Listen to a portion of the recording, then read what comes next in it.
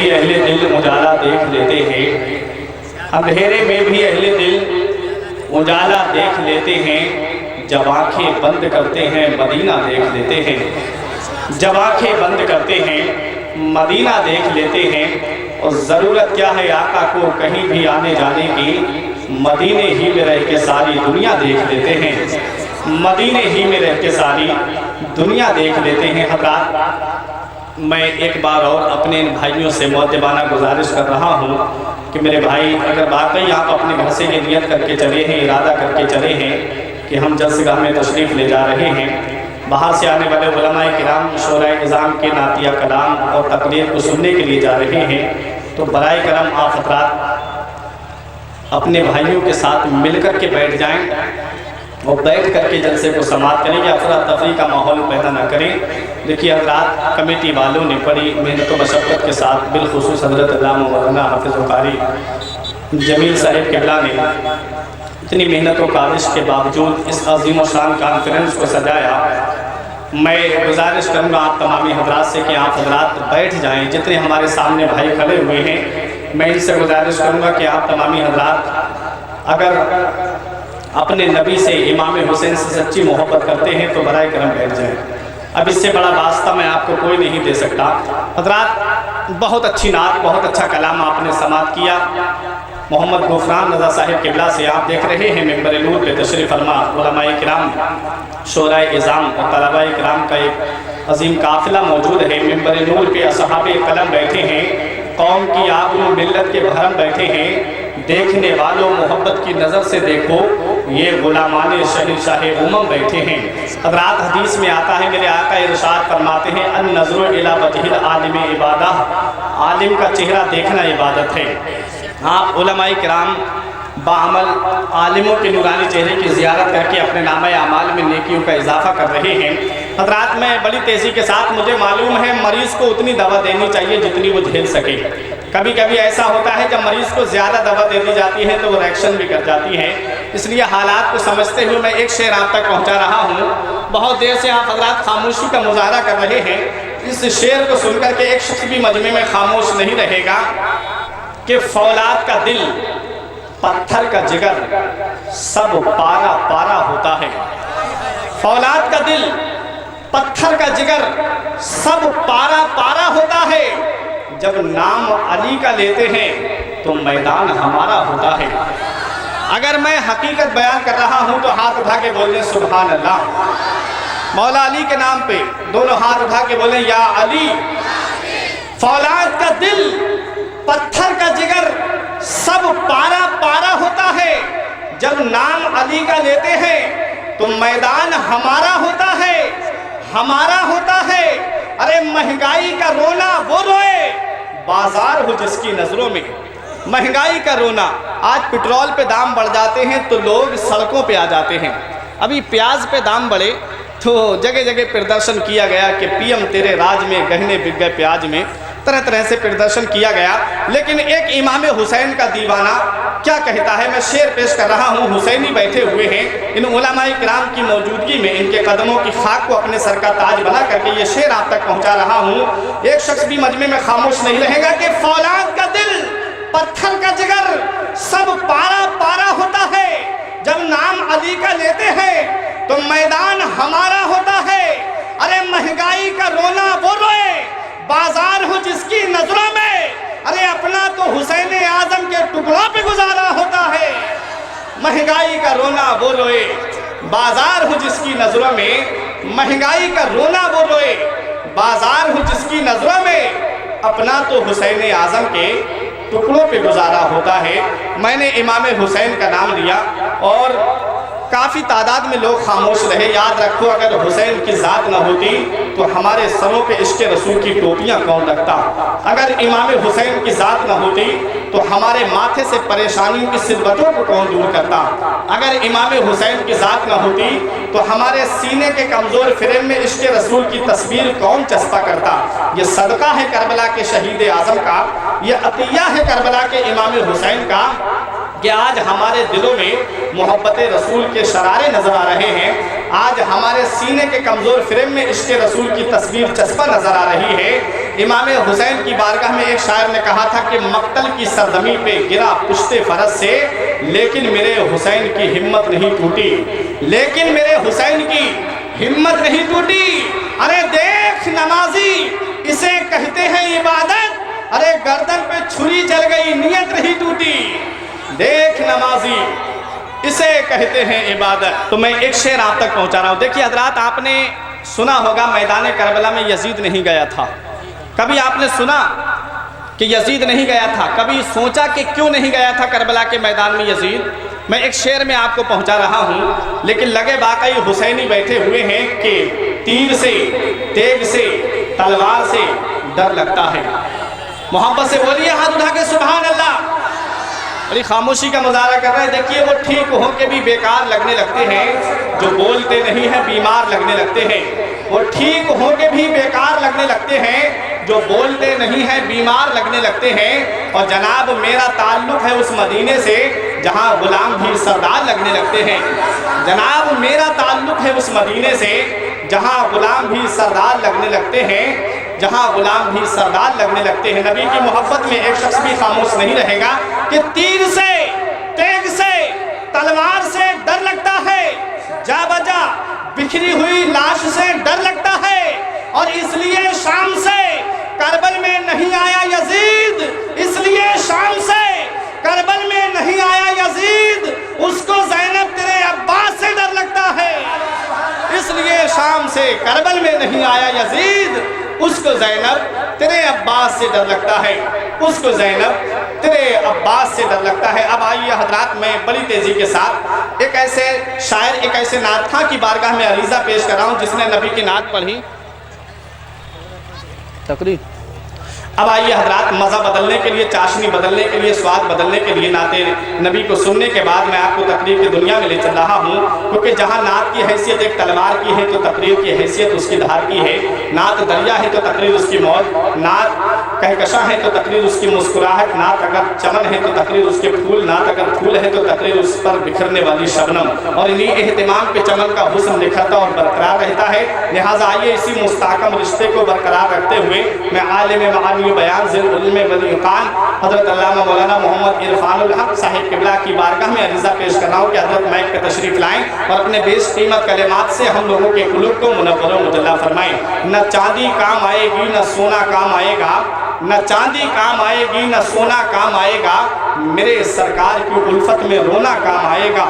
اور لگا دو بے خودی میں جھوم کر نعرہ رسالت کا، سرے محشر یہی نعرہ ہمارے کام آئے گا، خلد میں ہوگا ہمارا داخلہ اس شان سے، ہم تو یا رسول اللہ کا نعرہ لگاتے جائیں گے۔ نعرہ تکبیر، نعرہ رسالت، نعرہ غوثیت، مسلک اعلیٰ حضرت، فیضان اعلیٰ حضرت، مدرسہ غوثیہ تعمیر ملت، سرزمین کھمہول لکھیم پور کھیری، حضرت مولانا عرفان الحق صاحب قبلہ، نعرہ تکبیر، نعرہ رسالت، کہ آ میرے پیارے کچھ کام نرالے کر دے، آ میرے پیارے کچھ کام نرالے کر دے، عشق کی دنیا میں ہر سمت اجالے کر دے۔ اور میں نے محفل کو کیا تیرے حوالے، لیکن تو اس محفل کو آقا کے حوالے کر دے۔ وعلى آلہ وصحابہ المتعددین بآدابہ اما بعد، اعوذ باللہ من الشیطان الرجیم، بسم اللہ الرحمن الرحیم۔ قل ان کنتم تحبون اللہ فاتبعونی یحببکم اللہ، صدق اللہ العلی العظیم وصدق رسولہ النبی الامین المتین الکریم، ونحن علی ذلک لمن الشاہدین والشاکرین والحمد للہ رب العالمین۔ اعلیٰ حضرت امام عشق و محبت الشاہ امام احمد رضا خان فاضل بریلوی رضی اللہ تعالیٰ عنہ ارشاد فرماتے ہیں، واہ کیا جود و کرم ہے شہ بطحہ تیرا، واہ کیا جود و کرم ہے شہ بطحہ تیرا، نہیں سنتا ہی نہیں مانگنے والا تیرا۔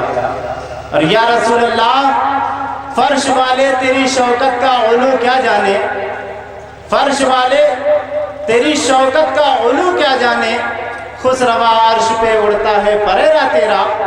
اور آگے سرکار اعلیٰ حضرت فرماتے ہیں یا رسول اللہ میں تو مالک ہی کہوں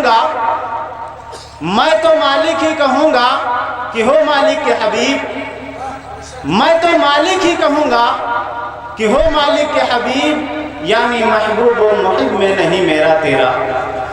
اور شاعر المشرق ڈاکٹر اقبال فرماتے ہیں کہ محمد سے وفا تو نے تو ہم تیرے ہیں، کہ محمد سے وفا تو نے تو ہم تیرے ہیں، یہ جہاں چیز کیا لوح و قلم تیرے ہیں۔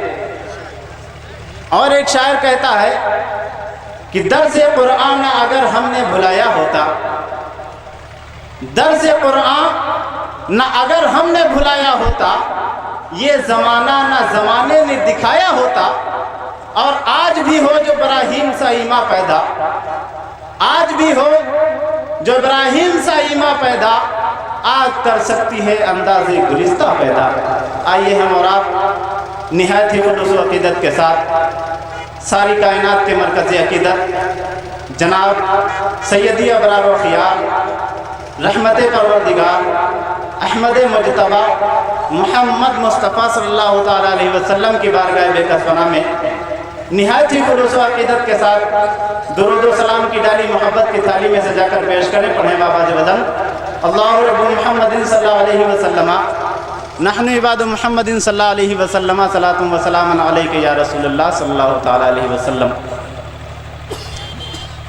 میں آج کے اس عظیم الشان جشن عظمت مصطفیٰ میں تشریف لانے والے تمامی احباب کا تہہ دل سے شکر گزار ہوں، اور ہمارے جو احباب ادھر ادھر کھڑے ہیں میں ان سے مؤدبانہ اور مخلصانہ گزارش کرتا ہوں کہ اگر آپ کے دلوں میں نبی سے عقیدت ہے، اگر آپ کے دلوں میں اپنے نبی کی محبت ہے، تو برائے کرم برائے مہربانی پنڈال میں تشریف لے آئیں، یہ افراتفری کا ماحول ختم کر دیں۔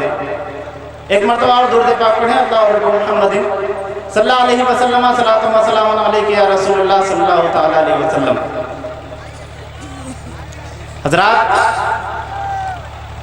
آج ہم اور آپ اپنے پیارے حبیب صلی اللہ تعالیٰ علیہ وسلم کے ذکر کی محفل میں حاضر ہیں۔ اللہ تبارک و تعالیٰ کا لاکھ لاکھ شکر اور اس کا احسان ہے کہ اس نے ہمیں اپنے پیارے حبیب صلی اللہ تعالیٰ علیہ وسلم کے ذکر کی محفل میں حاضری کا شرف عطا فرمایا، اور اس کے پیارے حبیب صلی اللہ تعالیٰ علیہ وسلم کا یہ احسان ہے کہ انہوں نے ہمیں اپنا ذکر کرنے کی اور اپنا ذکر سننے کی توفیق عطا فرمائی۔ اس لیے کہ شاعر کہتا ہے محبوب کی محفل کو محبوب سجاتے ہیں، محبوب کی محفل کو محبوب سجاتے ہیں، اور آتے ہیں وہی جن کو سرکار بلاتے ہیں، آتے ہیں وہی جن کو سرکار بلاتے ہیں۔ اور یا رسول اللہ سنا ہے آپ ہر عاشق کے گھر تشریف لاتے ہیں، کہہ دیجئے سبحان اللہ۔ سنا ہے آپ ہر عاشق کے گھر تشریف لاتے ہیں، میرے گھر میں بھی ہو جائے چراغاں یا رسول اللہ۔ تو میں نے ابھی خطبہ مسنونہ کے بعد جس آیت کریمہ کی تلاوت کا شرف حاصل کیا، پروردگار عالم کلام بلاغت میں ارشاد فرماتا ہے قل ان کنتم تحبون اللہ فاتبعونی یحببکم اللہ، کہ اے محبوب آپ فرما فاتبعونی، تم میری اتباع کرو، میری پیروی کرو، اور جب تم میری پیروی کرو گے، میری اتباع کرو گے، یحببکم اللہ، تو اللہ تبارک و تعالیٰ تمہارے گناہوں کو معاف فرما دے گا۔ حضرات، اگر ہم تفاسیر کا جائزہ لیں، اگر تفسیر کا مطالعہ کریں، تو ہمیں پتہ چلتا ہے کہ یہ آیت کریمہ کعب بن اشرف اور اس کے ساتھیوں کے حق میں نازل ہوئی، جب پیارے آقا علیہ السلام نے کعب بن اشرف اور اس کے ساتھیوں کو دعوت اسلام دیا تھا، ان سے کہا تھا قولوا لا الہ الا اللہ تفلحون، لا الہ الا اللہ پڑھ لو، فلاح پا جاؤ گے، کامیابی پا جاؤ گے، کامیاب ہو جاؤ گے۔ جب پیارے آقا علیہ السلام نے کعب بن اشرف اور اس کے ساتھیوں سے کہا کہ لا الہ الا اللہ پڑھ لو، کامیاب ہو جاؤ گے، فلاح پا جاؤ گے۔ تو کعب بن اشرف اور اس کے ساتھیوں نے ایک جواب دیا تھا، اور وہ جواب یہ تھا، نحن ابناء اللہ و احباؤہ، کہ ہم اللہ کے بیٹے اور اس کے پیارے ہیں۔ جب کعب بن اشرف اور اس کے ساتھیوں نے یہ جواب دیا کہ ہم اللہ کے بیٹے اور اس کے پیارے ہیں، تو اللہ تبارک و تعالیٰ نے اپنے محبوب پاک صلی اللہ تعالیٰ علیہ وسلم پر یہ آیت کریمہ نازل فرمائی اور ارشاد فرما دیا کہ اے محبوب، آپ ان لوگوں سے فرما دیجئے جو آپ کے دامن رحمت کو چھوڑ کر اللہ تبارک و تعالیٰ کی بارگاہ میں قرب حاصل کرنا چاہتے ہیں، جو آپ کے وسیلے جلیلہ کے بغیر اللہ تبارک و تعالیٰ کی بارگاہ میں پہنچنا چاہتے ہیں، جو آپ کے دامن رحمت کو چھوڑ کر اللہ تبارک و تعالیٰ کا محبوب بندہ بننا چاہتے ہیں، آپ ان لوگوں سے فرما دیجئے کہ اے لوگوں، اگر تم اللہ سے محبت کا دعویٰ کرتے ہو، اگر تم اللہ سے سچی محبت رکھتے ہو، اگر تم اللہ کے محبوب بندے بننا چاہتے ہو، اگر تم اللہ تبارک و تعالیٰ کی بارگاہ میں قرب حاصل کرنا چاہتے ہو، فاتبعونی، تو میری اتباع کرو، اور جب تم میری اتباع کرو گے اللہ تم سے محبت فرمائے گا۔ نعرہ تکبیر، نعرہ رسالت، مسلک اعلیٰ حضرت، فیضان اعلیٰ حضرت، جشن دستار بندی، مدرسہ غوثیہ تعمیر ملت، سرزمین کھمہور، ضلع لکھیم پور کھیری، مولانا عرفان الحق صاحب قبلہ، نعرہ تکبیر۔ تو حضرات، اس سے ہمیں پتہ چلتا ہے کہ پیارے آقا علیہ السلام کی محبت، نبی کی عقیدت ہمارے لیے کتنی ضروری ہے۔ اگر ہمارے دل کے اندر ہمارے نبی سے ذرا سا بھی کینہ ہے، ذرا سا بھی بغض ہے، ذرا سی بھی عداوت ہے، تو ہماری دنیا بھی برباد ہے اور ہماری آخرت بھی برباد ہے۔ تو حضرات، اب آئیے احادیث کا مطالعہ کریں، احادیث کا جائزہ لیں اور دیکھیں کہ ہمارے نبی نے اپنی محبت کے بارے میں کیا فرمایا ہے۔ تو حدیث پاک کے اندر پیارے آقا علیہ السلام ارشاد فرماتے ہیں، جس کے راوی حضرت ابو ہریرہ رضی اللہ تعالیٰ عنہ ہیں، وہ ارشاد فرماتے ہیں، قال رسول اللہ صلی اللہ تعالیٰ علیہ وسلم، کل امتی يدخلون الجنة الا من ابا، قیل من اطانی دخل الجنہ ومن عصانی فقد ابا۔